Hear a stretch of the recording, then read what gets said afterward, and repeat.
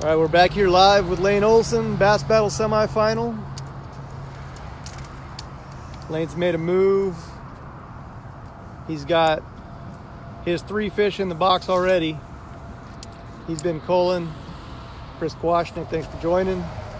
Professor.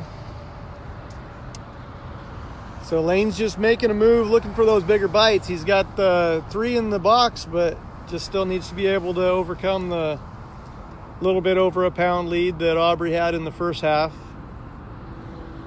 Remember, second half, they only get 3 fish to weigh in, so 7 total. Nothing big yet. What do you think your weight is right now? What do you think you're sitting at? 2 pounds. 2 pounds? No, you got more than 2 pounds. Not very much.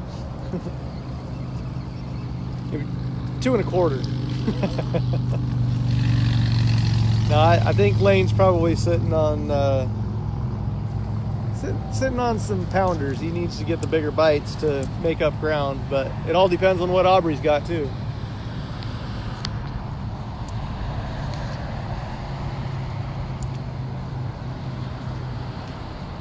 You can see we've got very, very little wind. It's flat calm. I mean, if you're gonna run around on the river, today's the day to do it. Columbia does not get a whole lot flatter than this. Swing and a miss.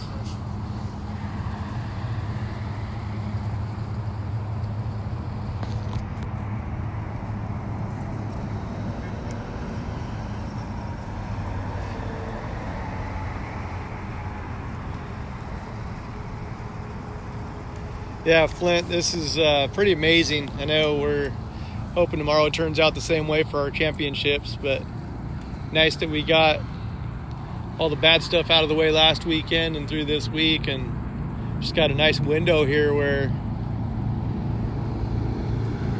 we can definitely get some decent day on the water here. Robert Ellis, thanks for tuning in. So we just had a little flyby. See if I can zoom in here. Jeff Reed was flying by. He's actually not too far from us. Sounds like Jeff's having a good second half to the day.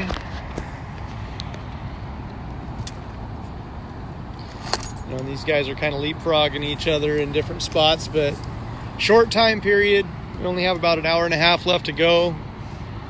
Fishing time wise, they got to cut it short a little bit so they don't end up with any kind of late penalties coming in, but the big bites here at some point, it can happen. From what Logan and Jeff were talking about, it happens pretty quick, so That's it. there we go. It's a giant.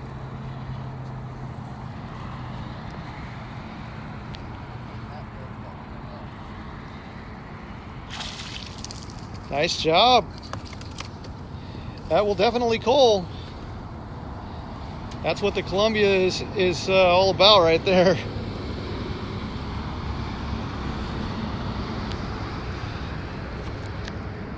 Lane upgrading a little bit. A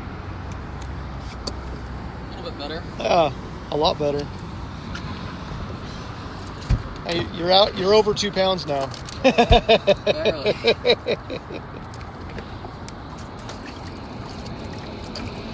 The big question is which one does he get rid of? What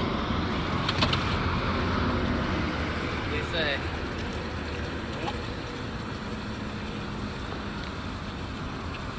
Red's bigger? Looks like it. Yeah. Yeah. It's a good cull. So he's getting rid of that fish there for the one he just put in. It's a pretty decent upgrade.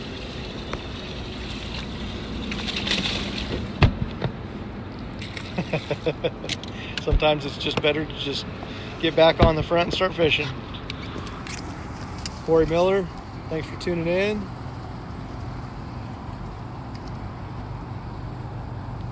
So that makes things a little more exciting. 2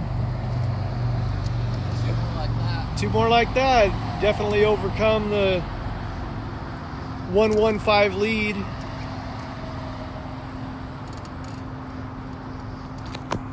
we will find out in about an hour and a half. We might find out in just a few seconds.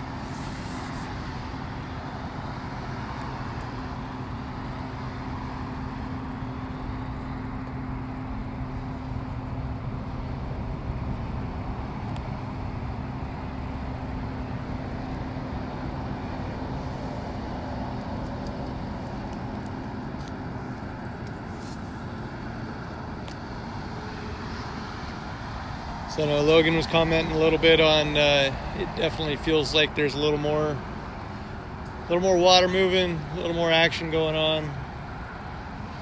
So these guys making a few moves just to, ooh.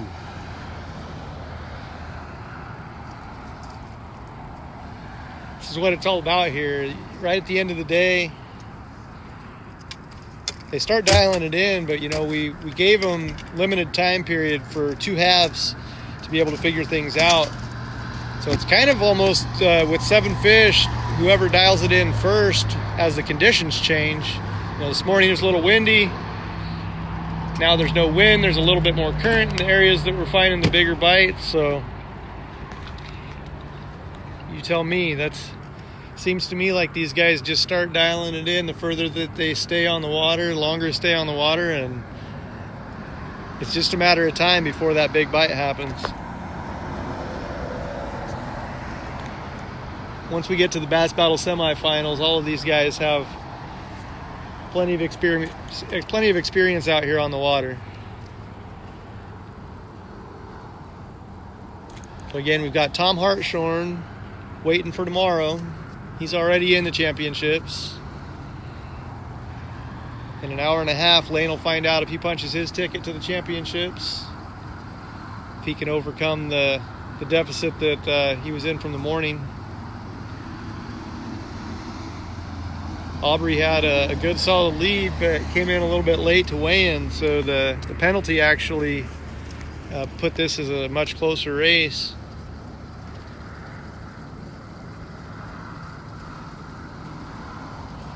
Glenn, I love the idea the flat water should make it a little longer before weigh-in. Unfortunately, we tried to mimic the semifinal that we already put together, so the rules, times, all those kind of things we left the same, just for if any reason we do need to go back to the semifinal round for any kind of a tiebreaker. So try to keep all of the anglers, even if they fish on different days, fishing the same locations, same time frame, those kind of things. So again, it's still a pilot, so we're still making these adjustments on the fly, but that's the thought process anyways. And welcome to feedback for next year. We could end up changing things, but at this point, this is what we're rolling with.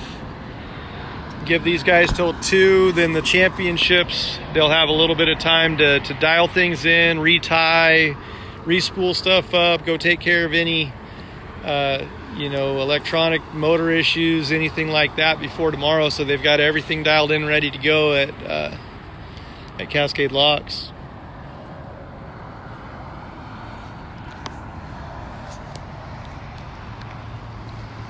So Lane's found some fish here. You can tell if he can fish this area clean, it might be dangerous.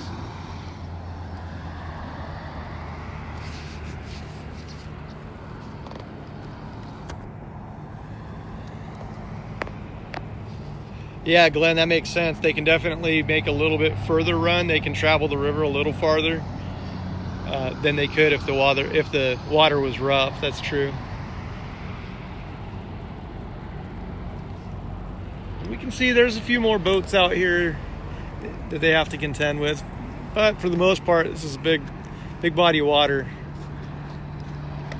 We did see Jeff make a run over here and had to ask a clarifying question, see if he could come over and fish some of the same area that Lane did. Left it up to the anglers, and obviously these guys are good competitors, good sportsmen, and Jeff made the decision to hop over the other side of the river, give Lane this water, so instead of cutting in front of him like some people would have done.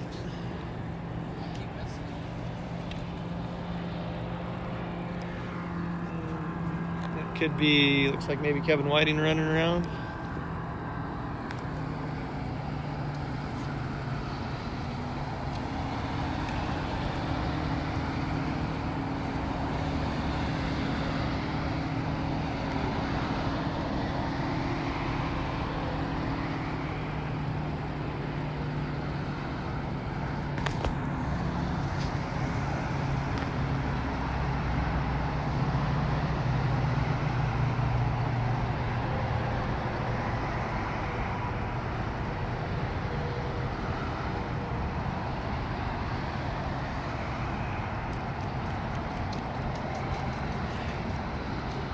So again, tomorrow we will do our morning ceremonies, 5:30 out of Cascade Locks. We'll do a blast off right around 6 o'clock. Gives us a little bit of time to get everything together, get all 3 anglers on the water. And then we'll start live coverage out there. We'll be joined by Brian Chapman. Brian Chapman's gonna come out and do a little bit of video coverage. Aubrey has also offered up if for some reason he doesn't make the championships, he's gonna help us out with some video.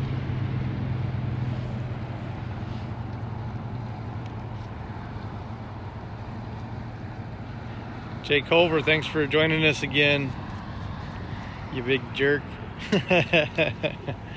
It looked pretty nice there where you're at. Pretty good if we can get a Bass Battles commercial and halfway through to be a Mexico resort. KJ, what time is weigh-in tomorrow? We're gonna not answer that question quite yet. We will post it on there tonight. We'll let you guys know how long of a day it's going to be. Got to leave a little bit to the imagination, a little bit for surprise. We could have some more things up our sleeve.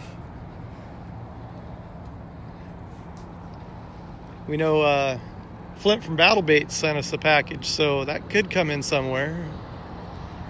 And there's a hint for you.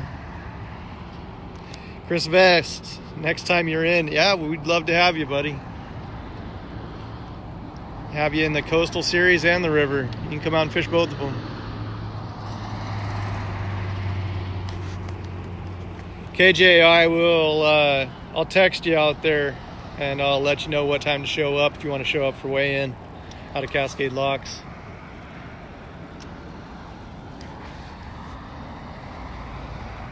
Three boats out of there should be plenty of water for those guys to run around in and crown our champion. So $1,000 to the winner. Second place is $450. We still have a big fish prize for tomorrow. And this also decides who will go to the TBF semifinals representing Bass Battles. So Ron 6 made it through the Coastal Series. He'll be representing. And one of these anglers out here today, or Tom Hartshorn, will be representing in the TBF semifinal. All right, well, while Lane reties, I'm going to go ahead and tune back out. We'll catch you guys with some more action here soon. Otherwise, we'll see you at 2 o'clock once we go live for the weigh-in. Hopefully we see some decent fish. 3 fish at 2 o'clock for each of these anglers, see who wins.